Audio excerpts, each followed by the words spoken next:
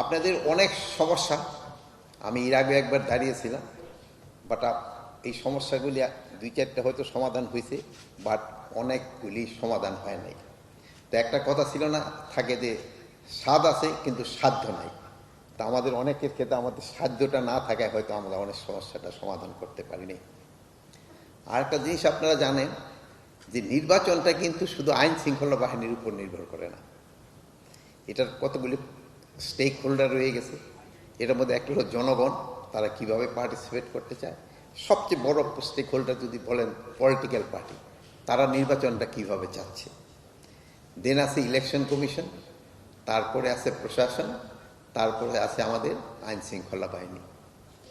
এখন সবাই সহযোগিতা ছাড়া একটা কিন্তু সুস্থ এবং শান্তিপূর্ণ এবং আমাদের মাননীয় প্রধান উপদেষ্টা যা আসা একটা উৎসবমুখর নির্বাচন, এটা কিন্তু সম্ভব হয় না। তা আমাদের যেই আইন শৃঙ্খলা বাহিনীর কাজটা, ওটা আমরা পুরোদমে করে যাব। এটা হলো এই যে দেখেন আপনাদের কর্মসূচির মাধ্যমে। আর একটা দেখেন যে আমরা অলরেডি কিন্তু মাস্টার ট্রেনারদের কিন্তু আমরা ট্রেনিং সম্পন্ন করতে পেরেছি, এবং আমরা আশা করব যে এই নির্বাচন, যে ফেব্রুয়ারি মাসে যে নির্বাচনটা হবে, এটা যেন শান্তিপূর্ণ এবং উৎসবমুখর পরিবেশে হয়। এই জন্য আপনাদের সবার সাহায্য এবং সহযোগিতা দরকার, এবং এই ব্যাপারে আপনাদের কোনো কার্পণ্য থাকবে না।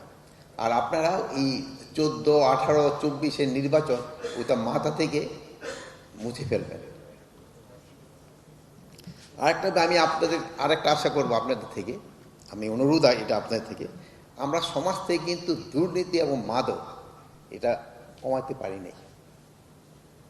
এটা যদি আপনারা একটু সহযোগিতা করেন, আমরা যদি সহযোগিতা করি, তো কিন্তু এটা আমরা হয়তো সমাজ থেকে আমরা কমাতে পারব।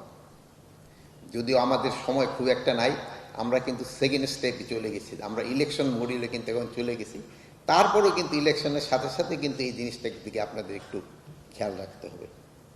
যেমন আপনারা ইচ্ছা করলে যে পারেন না তা না, যেমন ধরেন এই যে সিলেকশন, এই যে আমাদের সবসময় বলতো যে এই নির্বাচন আমরা যে করি কি জানি বলে,